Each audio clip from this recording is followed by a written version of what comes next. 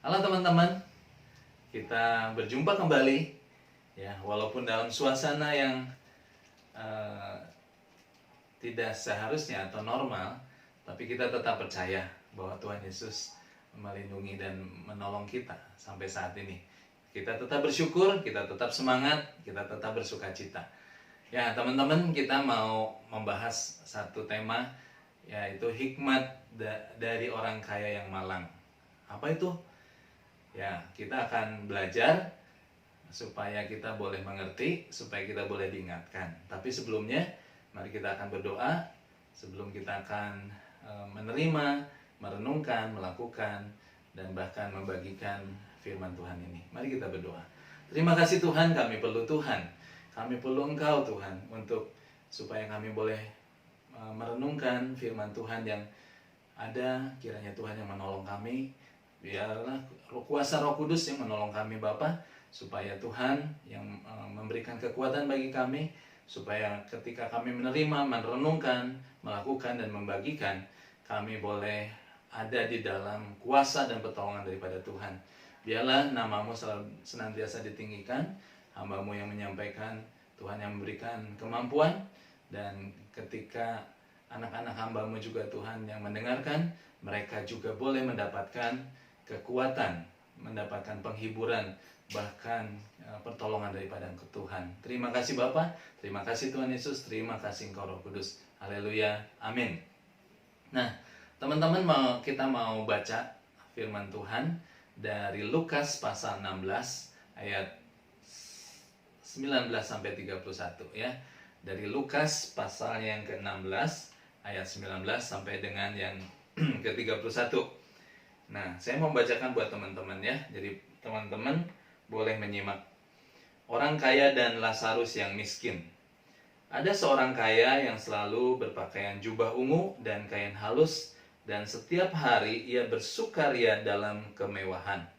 Dan ada seorang pengemis bernama Lazarus, badannya penuh dengan borok, berbaring dekat pintu rumah orang kaya itu, dan ingin menghilangkan laparnya dengan apa yang jatuh dari meja orang kaya itu. Malahan anjing-anjing datang dan menjilat boroknya. Kemudian matilah orang miskin itu, lalu dibawa oleh malaikat-malaikat ke pangkuan Abraham. Orang kaya itu juga mati, lalu dikubur. Dan sementara ia menderita sengsara di alam maut, ia memandang ke atas, dan dari jauh dilihatnya Abraham, dan Lazarus duduk di pangkuannya. Lalu ia berseru, katanya, "Bapa Abraham, kasihanilah aku. Suruhlah Lazarus supaya ia mencelupkan ujung jarinya ke dalam air dan menyejukkan lidahku, sebab aku sangat kesakitan dalam nyala api ini." Tetapi Abraham berkata, "Anak, ingatlah bahwa engkau telah menerima segala yang baik sewaktu hidupmu, sedangkan Lazarus segala yang buruk. Sekarang ia mendapat hiburan dan engkau sangat menderita. Selain daripada itu, di antara kami dan engkau terbentang jurang yang tak terseberangi, supaya mereka yang mau pergi dari sini kepadamu ataupun mereka yang mau datang dari situ kepada kami tidak dapat menyeberang." Kata orang itu, "Kalau demikian aku minta kepadamu, Bapa, supaya engkau menyuruh dia ke rumah ayahku, sebab masih ada 5 orang saudaraku, supaya ia memperingati mereka dengan sungguh-sungguh, agar mereka jangan masuk kelak ke dalam tempat penderitaan ini." Tetapi kata Abraham, "Ada pada mereka kesaksian Musa dan para nabi. Baiklah mereka mendengarkan kesaksian itu." Jawab orang itu, "Tidak, Bapak Abraham, tetapi jika ada seorang yang datang dari antara orang mati kepada mereka, mereka akan bertobat." Kata Abraham kepadanya, "Jika mereka tidak mendengarkan kesaksian Musa dan para nabi, mereka tidak juga akan mau diyakinkan sekalipun oleh seorang yang bangkit dari antara orang mati." Amin. Nah, teman-teman, kita punya satu rangkaian. Jadi ini terdiri dari 4M ya. Jadi 4M ini, M yang pertama adalah menerima. Kita yang akan menerima firman Tuhan ini, dan M yang kedua itu adalah merenungkan. Kita diminta untuk merenungkan firman Tuhan yang kita sudah baca dan yang sudah kita dengar. M yang ketiga adalah melakukan. Supaya apa, teman-teman? Supaya ketika kita melakukan, kita terlibat di dalamnya, kita mengalami pertumbuhan, kita mengalami pergumulan, dan itu akan menjadi dampak yang baik untuk kedewasaan rohani kita. Nah, M yang keempat adalah membagikan. Jadi, teman-teman bisa menceritakan, membagikan, memberikan kesaksian apa yang kita sudah alami lewat setiap apa yang kita terima, kita renungkan dan kita lakukan. Supaya semuanya itu pada akhirnya kita boleh menjadi dewasa rohani dan kita menjadi orang-orang yang diperkenan Tuhan, menjadi orang-orang yang boleh memuliakan Tuhan, ya. Nah, sebelumnya kita akan hafalkan dulu dari ayat hafalan dari Efesus 4 ayat yang ke-13. Efesus 4 ayat yang ke-13 ini menjadi hafalan kita.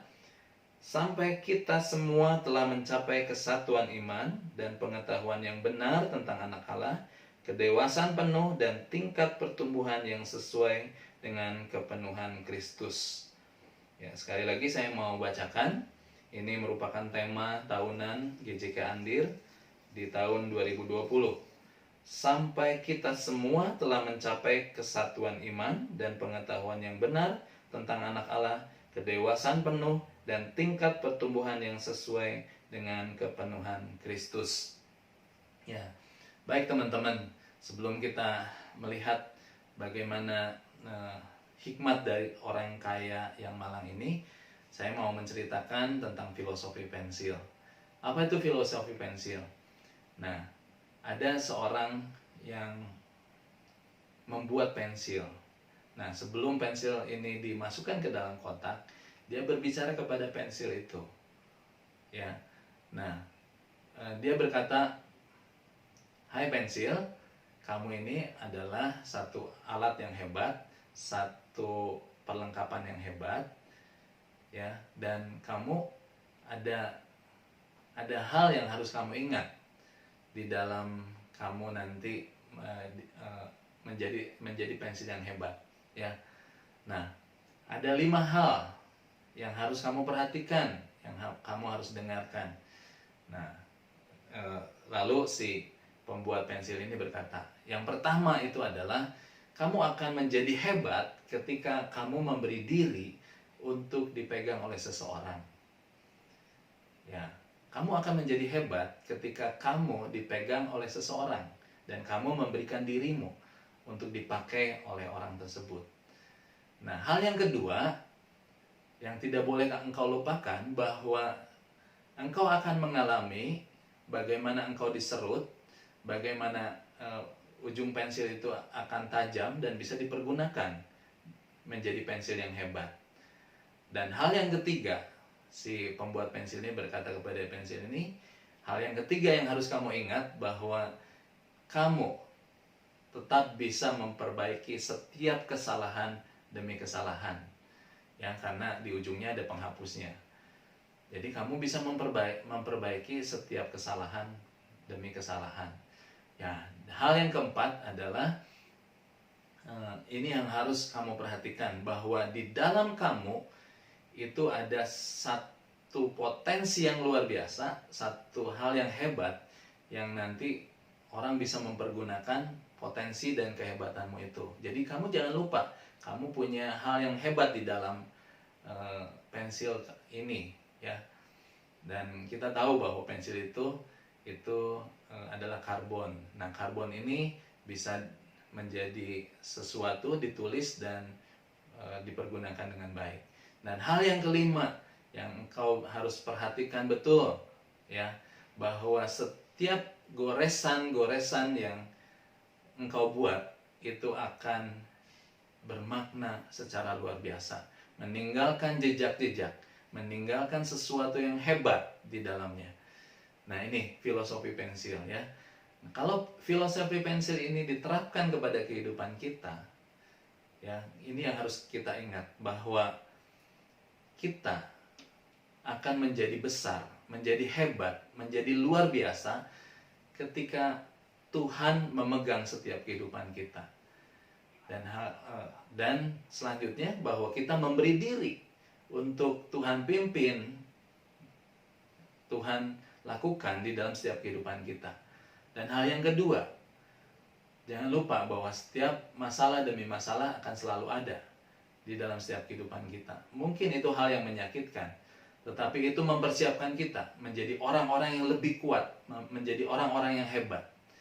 Dan hal yang ketiga, kita selalu akan punya hal-hal yang cukup untuk memperbaiki setiap kesalahan kita. Bukankah kita sudah diselamatkan oleh Tuhan Yesus? Bukankah kita sudah ditebus segala kesalahan kita? Bukankah lewat kematian dan kebangkitannya kita mendapatkan hidup yang kekal? Ya.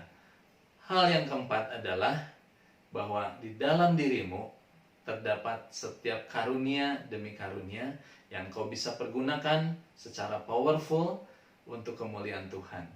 Dan yang kelima, yang harus diingat bahwa setiap jejak langkah kita, setiap apa yang kita lakukan, biarlah itu meninggalkan kesan yang baik, meninggalkan sesuatu yang baik, meninggalkan ingatan yang baik, agar kita boleh dikenang sebagai orang-orang yang boleh memuliakan Tuhan. Ya, itu teman-teman filosofi pensil.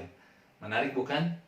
Kalau kita mengerti filosofi pensil ini, kita akan hidup bersyukur kepada Tuhan, bahwa kita akan menjadi orang yang powerful, orang yang kuat, bahkan orang yang memuliakan Tuhan. Nah, baik teman-teman, apa yang kita bisa pelajari di dalam kisah orang kaya dan Lazarus ini? Nah, teman-teman bisa tadi dengar kita membaca ada banyak hal-hal yang bernilai positif dari kisah ini. Ya, kisah ini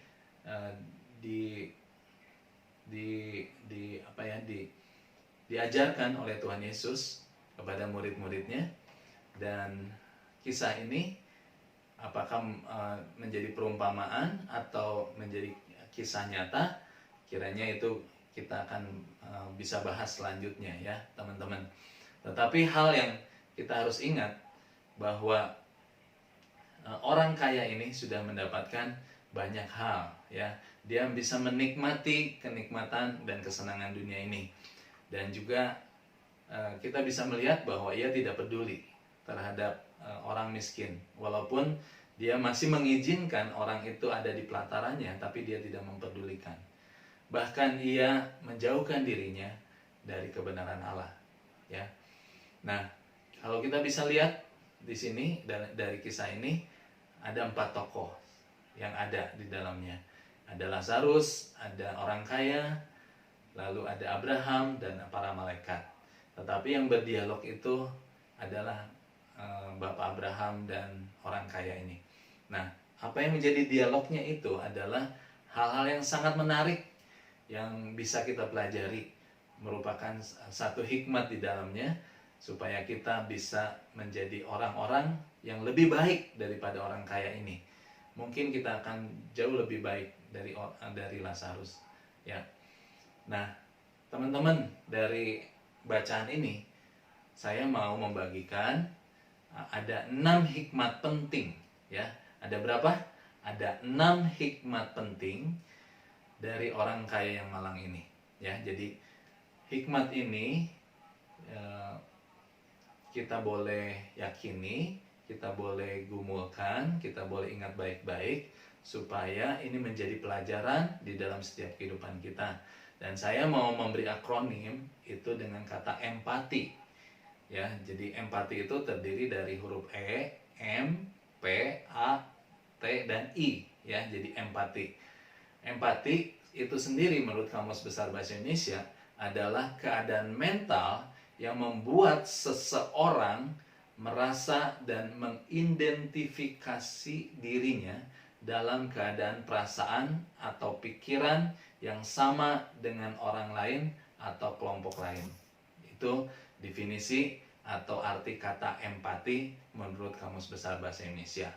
Ya, keadaan mental yang membuat seseorang merasa dan mengidentifikasi dirinya dalam keadaan, perasaan atau pikiran yang sama dengan orang lain atau kelompok lain ya. Nah, jadi sebenarnya Lazarus berubah menjadi empati. Tetapi sayang 1000 sayang, empati yang dia berikan itu sudah terlambat, ya. Nah, kita yang masih ada memiliki banyak kesempatan, kita mau belajar supaya kita tidak terlambat, supaya kita betul-betul menjadi orang-orang yang berguna, bermanfaat, ya, menjadi orang-orang yang bertumbuh dalam hal rohani kita. Nah, teman-teman, dari kata empati ini, kata E adalah huruf pertama dari kata empati, ya, yang mengingatkan kepada kita hikmat ini, ya. Apa yang kita bisa pelajari? Kita bisa mempelajari tentang emosi dari orang kaya ini, yang hidupnya pada saat ada di dunia merasa luar biasa, ya, dengan kemewahan katakan. Tapi ketika dia ada di dalam alam maut, dalam penderitaan, di dalam neraka, dia mengalami emosi yang begitu luar biasa. Ya, emosi sendiri mengandung arti kata satu luapan perasaan yang berkembang dan surut dalam waktu singkat. Nah, itu arti kata emosi, ya. Nah, emosi seperti apa sih? Kita bisa lihat di dalam Lukas pasal Lukas 16 pasal yang ke-23 bagian yang A. Ya, dikatakan seperti ini. Orang kaya itu juga mati lalu dikubur. Dan sementara ia menderita sengsara di alam maut, ia memandang ke atas dan dari jauh dilihatnya Abraham dan Lazarus duduk di pangkuannya. Ya. Dengan kata lain, orang kaya itu juga mati lalu dikubur. Dan sementara ia menderita sengsara di alam maut, ia memandang ke atas, ya. Jadi ada emosi dengan kata menderita, sengsara, ya, di alam maut. Jadi kita melihat bahwa emosi yang ditimbulkan ini menjadi satu emosi dalam kepekaan, ya, di dalam kesulitan. Apakah ketika kita harus mengalami juga penderitaan baru emosi kita keluar untuk kita bisa memandang sekeliling kita? Atau ketika kita ada di dalam kesenangan kita tidak lagi bisa memberikan emosi kita? Nah, ini sangat penting teman-teman, ya, bahwa kata empati atau mengidentifikasi diri kita seperti orang lain itu memerlukan emosi, ya, seperti orang kaya ini, ya, dia ada dalam keadaan penderitaan sengsara sehingga emosi itu timbul, perasaan itu menjadi peka, ya. Ada baiknya kita belajar hikmat ini supaya ketika kita berada di sekeliling kita, emosi kita, perasaan kita, tentunya emosi yang baik, perasaan yang baik itu bisa menjadi berguna buat sesama kita, ya. Bukan ketika kita hanya mengalami penderitaan atau sengsara, emosi itu baru keluar. Dan pelajaran ini sangat penting, ya teman-teman, ya, karena kita bisa melihat bahwa Lazarus sangat menderita sengsara dan itu menjadi satu kepekaan di dalam dirinya. Dan hal yang kedua, hikmat yang kedua dari orang kaya yang malang ini itu adalah huruf M. M adalah saya mau sebutkan itu adalah mata, ya. Mata menurut definisi arti kata Kamus Besar Bahasa Indonesia artinya indera untuk melihat atau indera penglihat. Nah, teman-teman, kita bisa melihat dari Lukas 16 ayat 23b dikatakan, dan dari jauh dilihatnya Abraham dan Lazarus duduk di pangkuannya. Dia bisa melihat sekelilingnya. Yang tadinya ketika dia tidak berada di alam maut itu, dia hanya melihat kepada dirinya sendiri. Dia tidak melihat sekelilingnya. Tetapi ketika penderitaan itu datang, dia bisa melihat, ya, Abraham dan Lazarus. Nah, ini teman-teman, dari mata kita, ya, memberikan hikmat untuk kita supaya dari mata itu kita bisa melihat sekeliling kita dan kita bisa belajar melalui mata kita, mata yang melihat untuk memperdulikan orang lain. Ya. Nah, hal yang ketiga, hikmat yang penting dari orang kaya yang malang adalah huruf P. Huruf P itu adalah artinya perhatian. Nah, hikmat di dalam memperhatikan. Nah, orang kaya yang malang ini dalam penderitaannya, dia menjadi sangat peka untuk memberikan perhatian. Ya, perhatian itu arti katanya adalah perbuatan, hal dan sebagainya berpindah. Ada dua hal yang dipindahkan, itu arti kata perhatian. Nah, kita bisa melihat di dalam Lukas 16 ayat 27 dan 28. Saya akan bacakan. Kata orang itu, "Kalau demikian, aku minta kepadamu, Bapa, supaya engkau menyuruh dia ke rumah ayahku. Sebab masih ada 5 orang saudaraku, supaya ia memperingati mereka dengan sungguh-sungguh, agar mereka jangan masuk kelak ke dalam tempat penderitaan ini." Ya, ketika orang kaya ini dalam suasana di alam maut, dalam penderitaan dan sengsaranya, dia memberikan perhatiannya. Ya, perhatiannya menjadi lebih peka. Dan dia mau minta kepada Bapa untuk mengutus Lazarus untuk pergi ke rumah ayahnya dan memberitahukan, memperingati mereka supaya mereka tidak masuk ke dalam penderitaan seperti orang kaya alami. Nah, teman-teman, kalau kita memiliki empati, tentunya kita juga perhatian kita menjadi peka. Kita tidak lagi memperhatikan diri kita, tetapi kita memberikan perhatian kepada sekeliling kita. Dan inilah supaya kita bisa memberi perhatian, mungkin berupa kata-kata yang baik, yang menyemangati, ataupun juga mungkin ada hal-hal yang mungkin kita bisa berikan, ya, entah itu bingkisan, entah itu ucapan, entah itu penyemangat dan lain sebagainya, ya, supaya bukan saja ketika kita ada di dalam situasi yang sulit kita menjadi peka, tidak, tetapi di dalam keadaan yang senang pun kita bisa memberikan perhatian.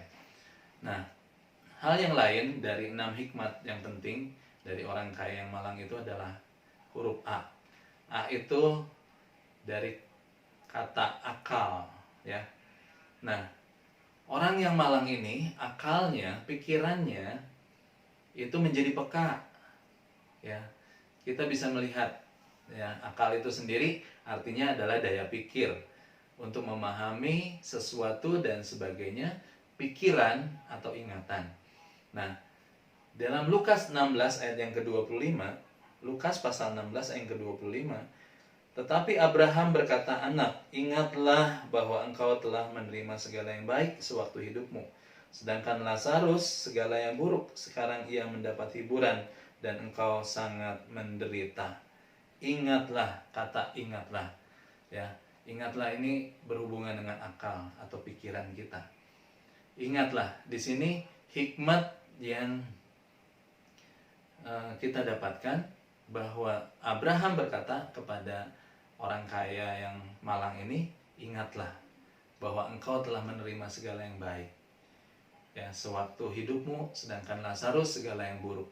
Jadi kata ingatlah itu sangat penting untuk kita bisa memiliki hikmat di dalamnya. Ingatlah bahwa kesempatan yang Tuhan berikan hari ini untuk kita syukuri, untuk kita lakukan, supaya Tuhan dimuliakan di dalam setiap kehidupan kita. Nah, teman-teman, kita sudah melihat ada 4 hal untuk hikmat ini. Yang kelima adalah dengan huruf yang diawali dengan kata tek.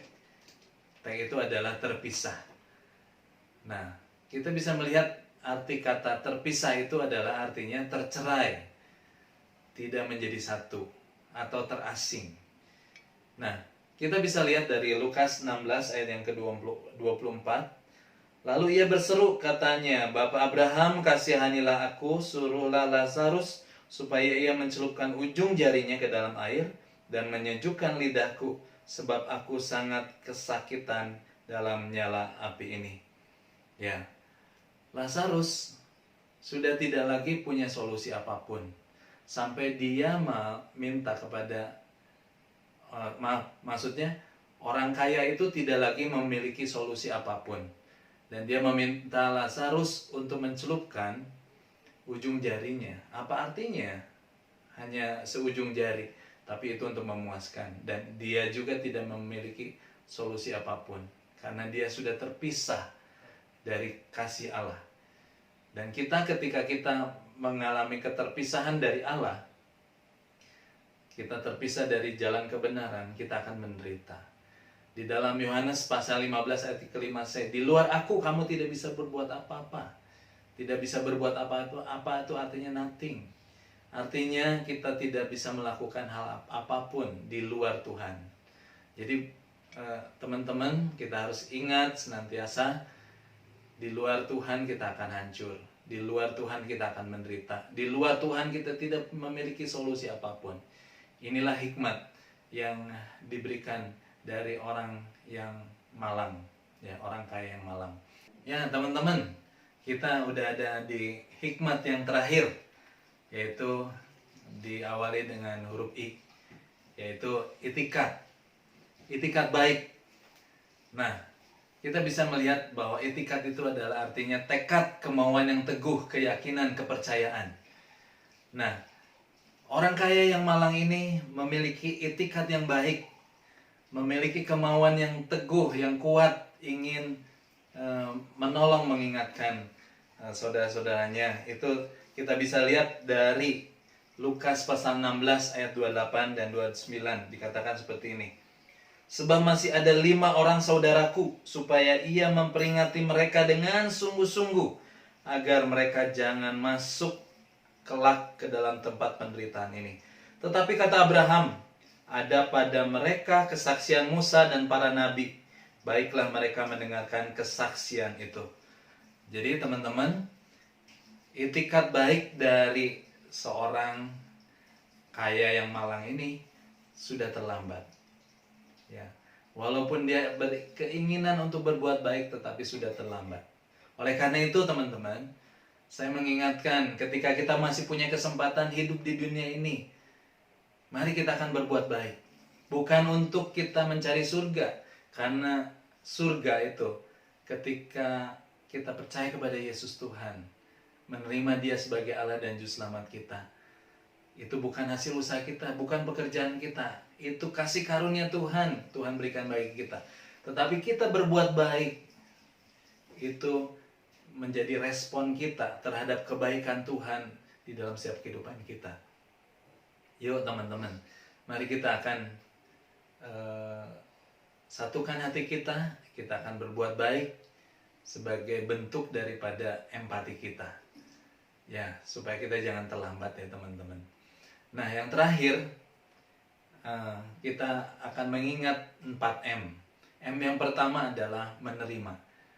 Ya, teman-teman sudah mendengarkan uraian, teman-teman sudah mendengarkan tentang 6 hikmat ini. Biarlah kiranya 6 hikmat ini memagari kita supaya kita tidak terpisah dari Allah. Sangat gak enak kita terpisah dari Allah. Tapi kalau teman-teman bisa menerima ya dari hikmat ini, maka teman-teman harus melakukan M yang kedua, yaitu merenungkan. Mari kita akan introspeksi diri. Ya, jangan sampai kita terlambat. Jangan terulang lagi pengalaman orang kaya yang malang terhadap kehidupan kita.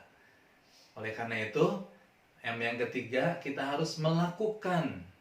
Ya, kalau ada di antara teman-teman ya masih cuek dan lain sebagainya, bertobat. Bertobat artinya stop dan berbalik.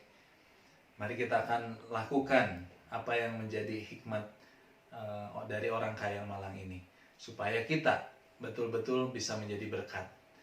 M yang keempat adalah membagikan. Jadi teman-teman bisa membagikan pengalaman, kesaksian, dan apapun yang sudah teman-teman terima, renungkan, dan lakukan, itu supaya teman-teman bisa menjadi berkat. Bukan saja buat diri kita sendiri, tapi juga buat orang lain.